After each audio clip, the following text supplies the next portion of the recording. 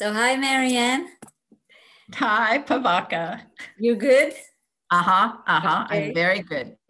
So we said hello and we started speaking a little bit, and then you started saying things, and I went, whoa, wait, let's record that because the good stuff is starting, the juice. And yeah, it's amazing, the synchronicity, because we were supposed to talk like 2 weeks ago, and you said, surprise me with it, with what you want to talk about. And I was with it a little, and then there's this thing that keeps coming up, and when you spoke, it was really like the answers starting to come in my feeling to this subject. Okay. So the subject is something you wrote about a few times in your mails, something that Ross said, and the way you bring it is always like very intriguing for me, like mysterious, that you say it's the time of the revealing of secrets. Time of the revealing of secrets. And it feels to me very much like this last few months in many different aspects of reality. Yes, like spiritual reality, even economic reality, political reality, all the realities are kind of starting to show secrets, like a time of revealing secrets. And I wanted to ask you about how you see that, like, this revealing of secrets is it's so deep, and this time it's like there's a door opening, and to hear from you where this is taking you, like how do you see it? Okay.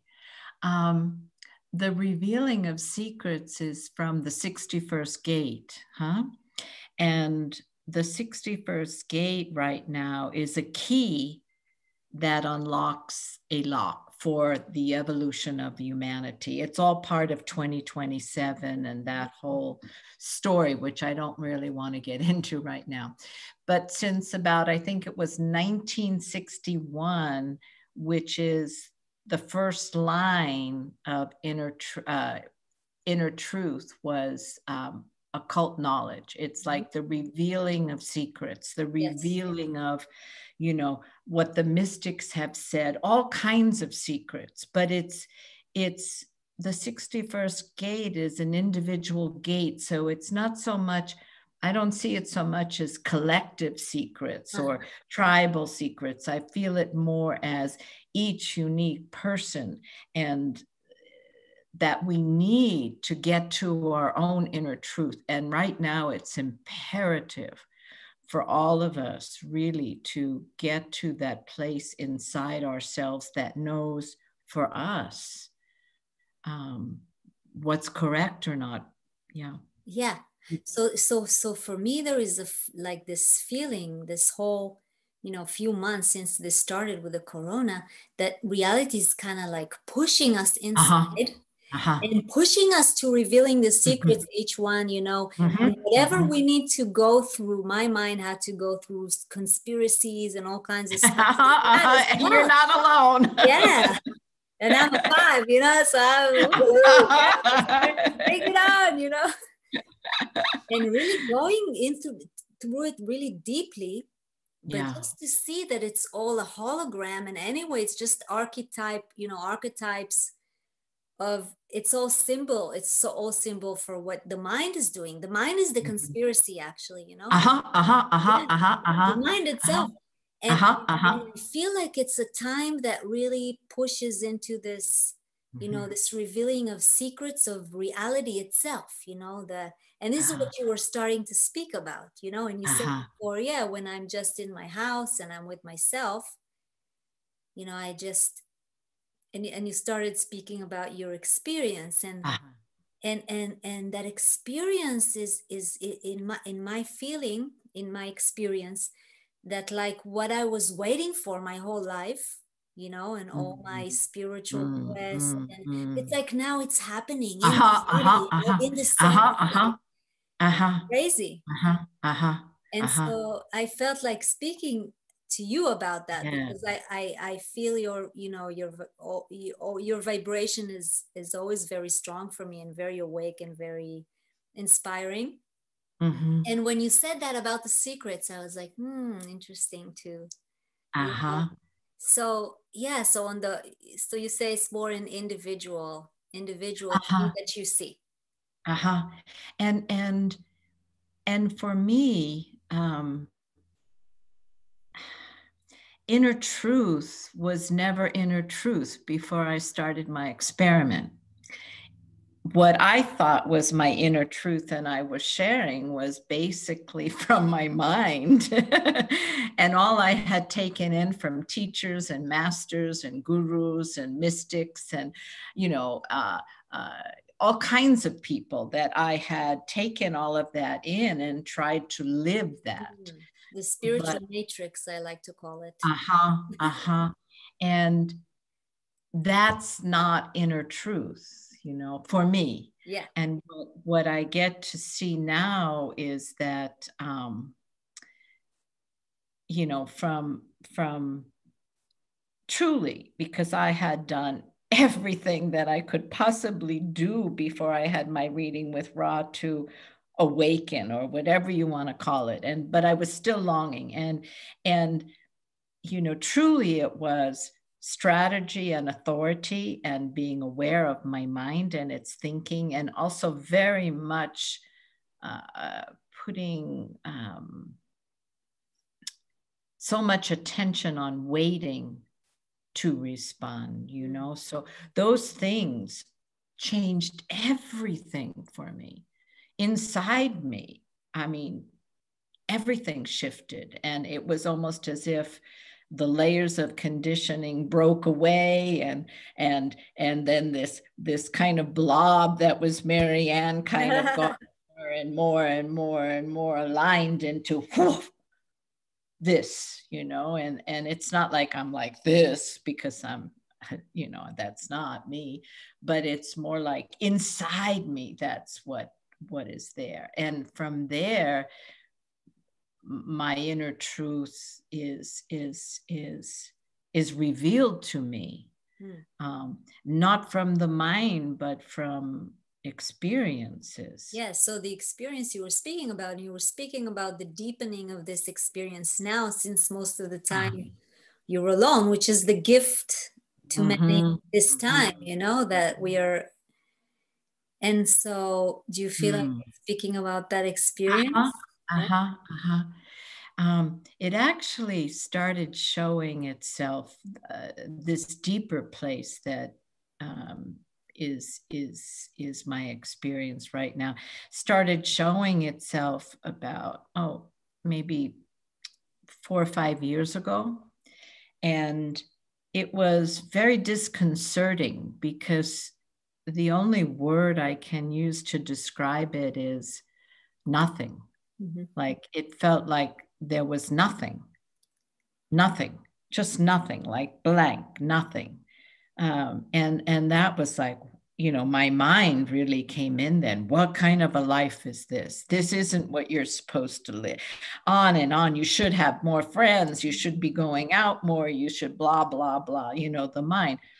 But there was just this nothing. And whenever I would be alone, that's what was there. It was just nothing. And it was weird. I mean, it was really weird because it was very different. And I remember talking to my granddaughter, Alex, about it. And she was saying, well, is it this? And I go, mm-mm. She said, is it peace? I go, mm-mm. And she would ask me all these questions. I said, it's an absence of everything. You know, it's just, there's no label. It's just, it's nothing. And then I was with some friends in California, some sannyasin friends, dear friends, way back from the 70s and 80s. And I love them so much, you know, 2 mental projectors, 43, 23, and an emotional manifester, and just hanging out with them and sharing our seeing. I mean, it was delicious. And I asked them to ask me some questions about this space. And now I can't remember where I was going. Yeah, but you know what? I remember you told me that when we were having dinner in the immersion, you said they started asking you questions. You just started crying. Because the affirmations came to that. Oh, yes. Okay, thank you. And Peter, the one man with the 4323, he started asking me, are you separate from the universe? And I just burst out crying, and came. And then he started asking me all kinds of cosmic questions that nobody really asks. You know, we live on the mundane plane, and I'm fine with that. I love living here. I mean, this is fun, you know, it's a great life, but I didn't know my truth inside about what I was experiencing. And then he asked, is there any right or wrong? And I went, mm-mm. And he said, is there any duality? Mm-mm. And just all of these questions. And I got to really see what my inner truth was. And it wasn't someone else's. You know, because before I could talk about all this stuff. You had all these ideas. Yeah. Yeah. Yeah, I love it. And every time, you know, every time you bring this place of not knowing with the mind, and then when the people ask you questions and it comes out, it really moves me in a way, you know, it makes me understand generators. Because I'm so different, you know, the way that my inner conversation, every time you say it, it's like something opens up in me to this understanding that the pure energy of life is actually just that, you know, just and you had to be with this mental projectors and manifestors, right, to bring that with the 4323, because that's what we do all day. We just like you know, but it's just this you know, simplicity. You know, we have a word in Hebrew, pashtut. It means like, you know, the simplicity, which is, it's the godlike state, right? Just it's simple. It is. And I think for people, the simple is I don't want to use the word scary in the sense that they're afraid of it. It's more scary because it's like not interesting enough. It's not, and it's not intelligent enough. You know, it's not intellectual. It's not what a bright person would consider worthy of knowing. Yeah, especially open ajnas, no? I mean, and the simple for me is, you know, I've said it so many times, and it's in so many of my images, is really profound. It's so profound, this simple. I think our minds tend to make everything so complicated, you know. Yeah. And in a way, I feel lately this is the secret. Like it's really, I feel reality is really revealing this secret to me, you know, of of simplicity in a way that I've never experienced it before. Really experiencing reality, not from here at all. And it's just, you know, you speak and I feel my whole body vibrating. I mean, life as like doing nothing. I'm home. Most of the time I'm just home. I'm sitting on my, and it's just full of life. It's like life itself, you know, the essence of life, the essence of it feels like the essence of life now is trying to show itself, you know, and it comes with all the stories and all the things that people have to maybe, you know, fight with in order to surrender or whatever. I don't know. and each one with what they need to go through. But for me, it's like this time revealed really the pure essence of, you know, the taste of life itself. I don't even know how to put it in words, you know. No, I understand. And what came to me, it's funny that I mentioned Peter and that he was the person. He was he led music group in Pune with Osho, and in the 70s, and he would write all these songs taking Osho's words. And with what you said, it just brought it up for me. Was one of the songs he wrote was sitting silently doing nothing and the grass grows by itself. Yeah. I know that one. I know that one from Pune, actually. Yeah. Many generations after, but still. His songs live on. Yeah, and it's true. And sitting silently, you know, I'm not just sitting, you know, my body's moving. It's not like to give the idea that I'm in any way meditating, because I haven't meditated since I started my experiment. That was not correct for me. Yeah. But, you know, the body moves, it goes and makes a coffee, it might wash the dishes, it you know, it goes out of the house, it goes for a walk, you know, it just moves. The body has its life, and I don't interfere with that life. Yeah, you just sit in there, in that life.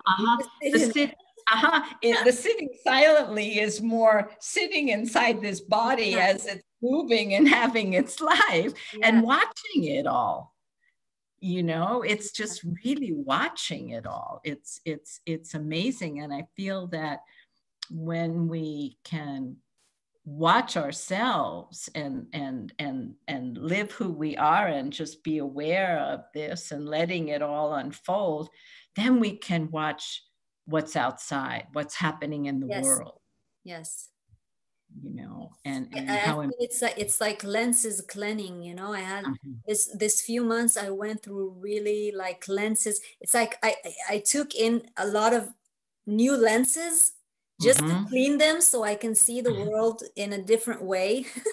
Oh, it's really strange. It was something very collective. Maybe, you know, this 5-1 being, you know, being a collective being, you know, a transpersonal, I mean, it's like I had to go into the story, you know, with all these conspiracies and what's going on with that.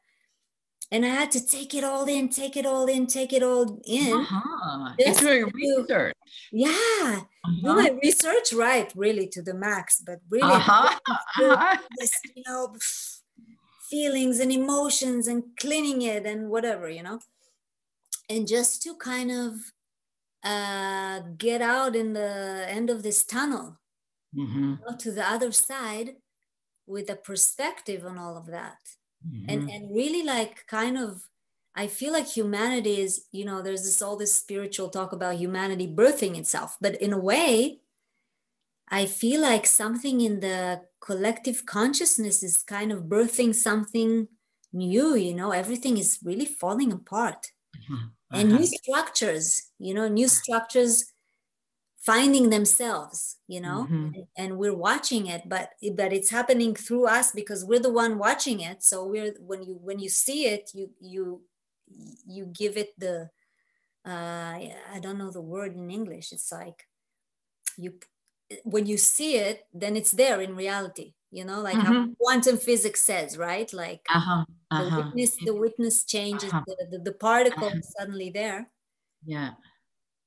And this game, you know, and this is like revealing the secrets. I feel it's really that, you know, revealing the secret of that witness is not doing, you know, it's do without doing and everything gets done, right? They say in Tao, but it's like everything is happening inside this consciousness anyway. I don't have to leave my house. You know what I'm saying? I do, yes. And I feel that we're all being moved, whether we're in our minds or not. You know, it's just that the minds have so many stories that we can experience this deeper aspect that's happening for everyone. Yes. You know, it's not just just if you're aware that you're aware that you're aware. You right, know? right. I love that you say that. Yeah. Because, because there's this tendency to, you're awake, you're not awake. Yeah, And yeah. Such a, it's It's such a just misunderstanding, and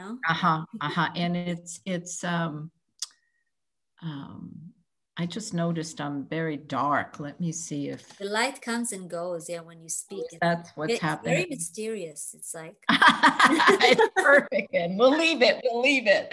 My mind was like, "Oh my God!" The mists of Avalon. You're like. No, I hate that spiritual bullshit. I hate it all. I mean, and enlightenment is for me another 4-letter word. It's like horrible. It's just something that the mind can then be attached to, and the mind can make it a goal, and the mind can think it knows what it means, and it's just bullshit, all of it. And we're all inside. It's like,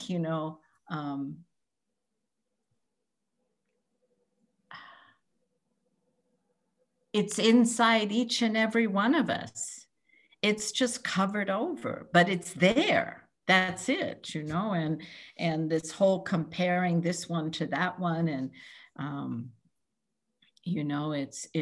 it's when I share, sometimes someone will say to me, I'm not there yet. Yeah. When I share something. And where are you then? I mean, you're here. What came up for me was, well, you can never be there because you have your own there. Yeah. I mean, when I speak, I just speak from my own experience. And when someone else speaks, they'll speak from their experience. And it will be so many flavors. Yes. That goes back to inner authority, because when you make someone else your authority, you think that the reality you want to get to is what they said. Exactly. That's just their experience of it. Yeah. So interesting. Yeah. I love it. I mean, mwah, I'm so grateful, it's like, I'm so grateful. Yeah. It's like, I never in a million years expected to live this. And this is not very much of anything. If you look at it, it looks like a weird and strange and boring life, but what's inside is so beyond anything I dreamed of. It's really crazy.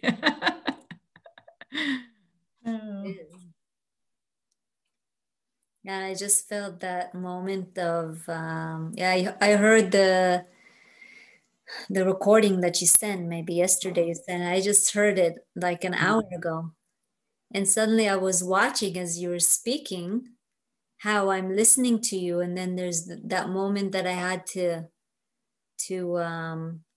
go into patience. I loved it that you said patience for manifestors and not waiting. I loved it so much.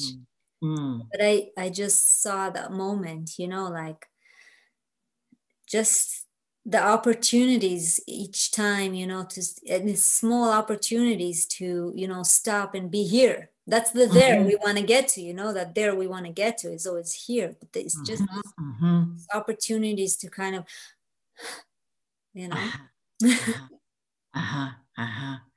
That's all it is. Yeah, the goals of the mind. I love that with human design, that there's nowhere to get to, and there's no goal, and there's no end except death. I mean, that's the end of the story, but there's, until we get there, it's just a continual unfolding, I know my own mind, when I began my experiment, had all these ideas about 7 years, and all of that. And 7 years come, and then 8 years, and then 9 years. And, it's just like, it just keeps going. Life goes on, yeah. Yeah. And there was no gold watch at the end of 7 years. There's nothing, it's just, you just keep living. Yeah. What an amazing time to be alive, though. Amazing. Amazing. I feel so blessed, I feel so, it's like you say, this is like I feel so blessed to be, you know, this consciousness living in these times and having this. It's so interesting, you know. I mean, it's the most interesting time ever for me in my life. Like the best. It's like they say in the stories, you know, it was the worst of time and the best of time. You know, it's like that. Epic, you know. It's. Well, I've definitely lived some worst of times, so I'm happy to live this now. Wow, what a drama. Really? Really? As a 6'2", intense this life. I mean, to get to here is like, wow, you know, all that I passed through and all that I needed to pass through. You know, I think this is, you know, my mind in the beginning thought, oh, if I only knew human design, then this wouldn't have happened and that wouldn't have happened and all of that. But every single step I lived, even the most intense and horrific times for me, truly horrific, brought me to the moment where human design came. And if one step was different, who knows if human design would have come, you know? It's like we're just taken on this journey. It's just amazing. Yeah.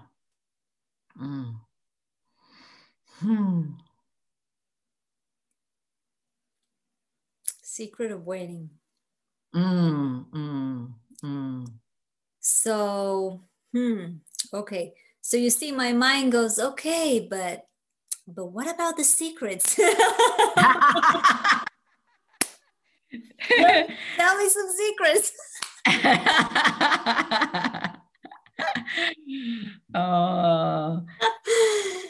I mean, for me, the only secret, I mean, that's the brain candy. You know, brain candy. You know, the brain, it searches for candy. You know.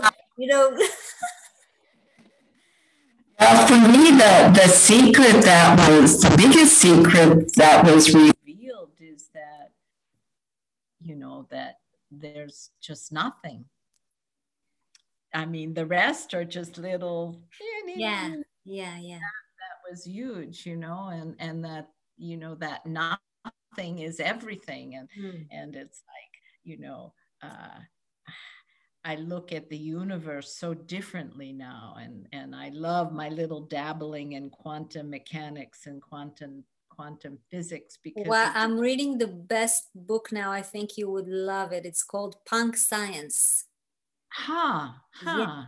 And she speaks about quantum physics and biology, and she brings the scientific view, which is pretty rare, but there is a scientific view and scientists that see consciousness coming before matter, you know, before the genes even. For you it's you know, I mean, we know it on the spiritual realm, but just reading that there are scientists that already came to the conclusion, you know, that before everything there is consciousness. And it's really, I'm reading this book as my whole body is like, I have goosebumps, you know, like the body waking up with the information of this. So there is secrets. I mean, I feel sometimes when, you know, the knowing comes, I have this, I don't know, 4323, you know, and the 2212 is the knowing. It's, you know, when it comes and I see the structures of reality, the pattern of reality, through the mechanics and the energetics and everything kind of revealing itself. And I feel now is really a potent time for that, you know, I mean, it's happening. It's like the veil is, in a way, it's like the veil is thinner than it ever was. You know, do you feel that? It almost feels like it has to be, because this shift that we're going through that became really intense once we began 2020, you know, it's like it just, intensified to the umpteenth degree. Yeah. And I see that these next 7 years are just going to continue that intensity in many different ways, you know, who knows how, but that the veil needs to be lifted in a way so that people can become stable, you know, whether it's through strategy and authority or other ways. I mean, I can't say that human design is the only way. It's the only thing that worked for me, but I don't know what else is there. So I can't say that. But however, we become stable and integrated within ourselves and not reliant on outside to guide us. Yes. The more of us who can be in that space moving will help stabilize, I feel, humanity in a sense. Yes. So many people are so disturbed and freaked out and not knowing, and the mind then comes up with what they could do, should do, what the governments have to do, what this person has to do. You know, it's all outward. Mm-hmm. And that, you know, that's never going to be stable outward. It's in the place now, it's all breaking apart. I mean, this is what is needed to happen. Yeah, it's amazing to have that perspective and be able to kind of surrender to it, you know. Otherwise, I see people trying to hold on. It's like they're losing their minds, you know. It's like people are going crazy with trying to hold on to the normal whatever, or the new normal, or now they have all that, you know. But you know, when you think about it, it's all they've known. It's all their parents. Of course, but you know, it's, you know, for 16 generations, that's all that's been known. So it's the whole genetic lineage and the ancestral pool that has been stabilized in this one theme that's breaking apart. So it's like, if you are only, you know, having your mind and outer authorities to rely on, you're like, you know, you're like caught in a tsunami and you can't swim, or, you know, I mean, it's a very difficult time for so many people. I really feel for the humans on planet Earth right now, because it's a very difficult time and they don't have the understanding tools. But I do feel we're like a net, you know, of people, and I do see people speaking about inner authority and going back to, you know, being a free human being, you know, and not only in the human design community. I just see that as a concept that is more and more, and I see us as a net of people that kind of hold this, you know, this vibration of being able to, it's like we're all in this sea, you know, and the water is totally shaky, and it really has to do with the emotional center and the mutation as well. In my experience, it's like the emotions, you know, we have to go deep into this being aware emotionally. So we have to go into the deep water, you know. And it's like there are people that have the anchor to kind of be an island, you know, and over stormy water, you know, be an island in a way, you know. And in a sense too, if you just if we look at what we were just talking about and kind of step back a little bit, it's actually the universe moving through some humans to be this anchor, and it's all meant to happen, and it's not that we're doing anything. No. It feels like I feel like I've, since this started, it's like the universe is taking me, and whatever he wants to do with me, it's fine with me, you know. It's like, okay, I'm not gonna stand in your way. Exactly. Yeah, it's like me, you know, I retired. I thought, okay, I'm finished. And then boom, okay. Yeah, I loved it. That was interesting. Mary Ann is back. Okay. That was like yeah, this is the unfolding, huh? I love it. Yeah. Yeah. It's quite a time, quite a time. And you know, you just look at the world. I mean, just little things, you know, like travel. You know, like last year, my husband and I made plans to go to Ireland to be with my granddaughter for Christmas.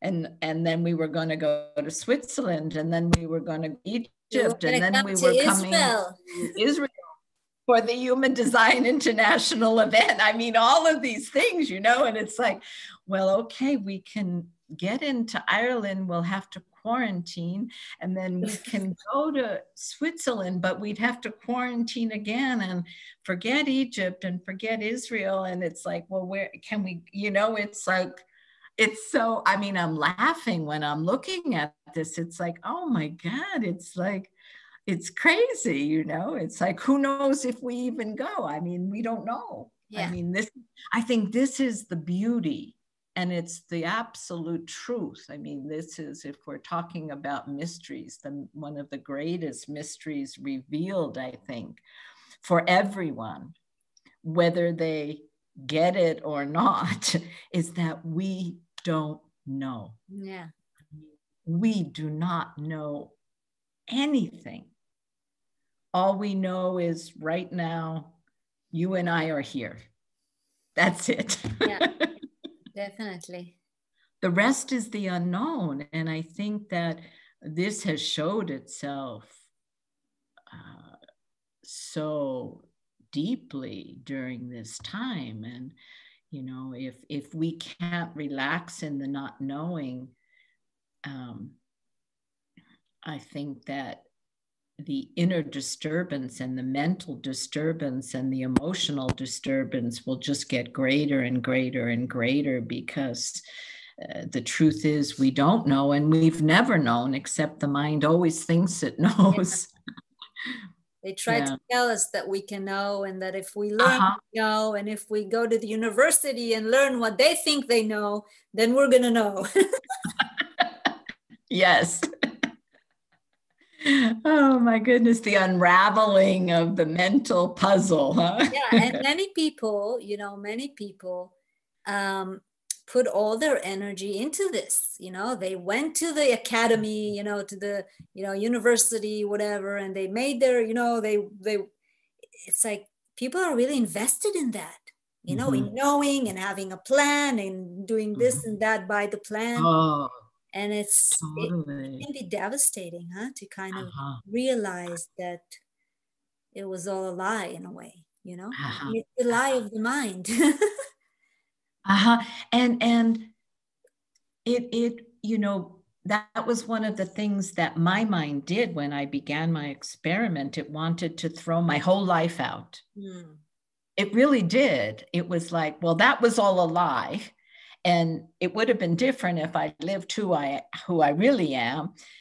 But I got to see over time that how precious all of that was, and how important it is, and that there are no mistakes. You know, it's you know, it's all a part of the way.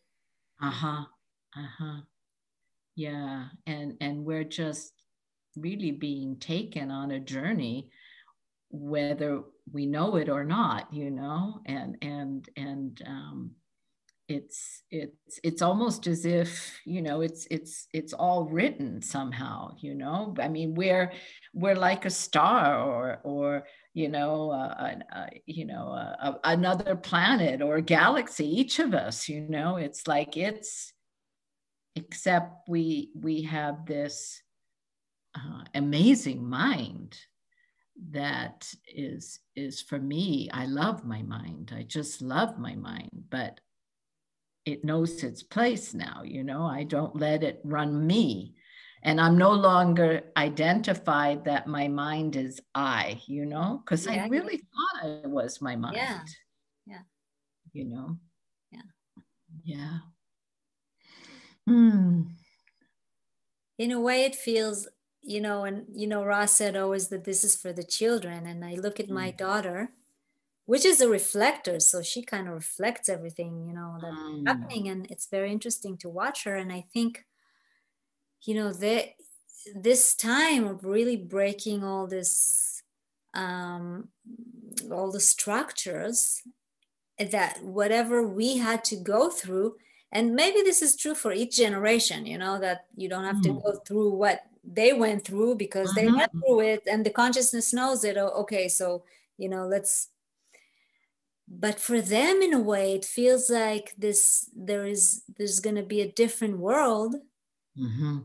And in a way they right now this unfolding of the unknown, you know, like this the obviousness of it that we don't know, that's going to be their basis of understanding. Basically it will be their foundation. Yes. It's their new foundation. I can see it because, you know, she doesn't know. It's like, okay, when do we go back to school? Well, we don't know. They say maybe beginning of November. And, you know, now when we're in quarantine, so, okay, so, and tomorrow maybe it's like, what is this reality, you know? It's changing all the time. And there's nothing to bring this, what we came into, like, this is the structure and go into the structure and you have to be in it. So in a way, their world is going to be totally different. I can see it, you know, as because I do have, you know, a small. Yeah, you get to watch. You're all around. Yeah, really. Just really. Now that you talked it, I was like, oh, wow, interesting, right? Because we had to go through things. And obviously, each human being, they're going to have to go through things as well on the way for the consciousness to grow into forgetting itself and then remembering itself, you know, and all that thing. But it's like they're going to start from a different basis, you know? Yes. Yeah. I mean, my other granddaughter is in Colombia, Alex. She's a 6'2". And she was living her design without knowing it because we treated her as a generator with sacral authority since she was 6 years old. And she responded to becoming an LYD guide, which just was really sweet for me, you know, as the grandma. And she was learning what I had been talking about. And she came to me at one point and she said, you know, I don't have that same experience that you talked about as a 6'2", because I talked about the 6'2" in the first 28 years, you know, make so many mistakes and how psychologically disturbed they can be. And because that was a very intense time for me. I mean, I really wanted to kill myself about 27 years old because it was like, I'm out of here.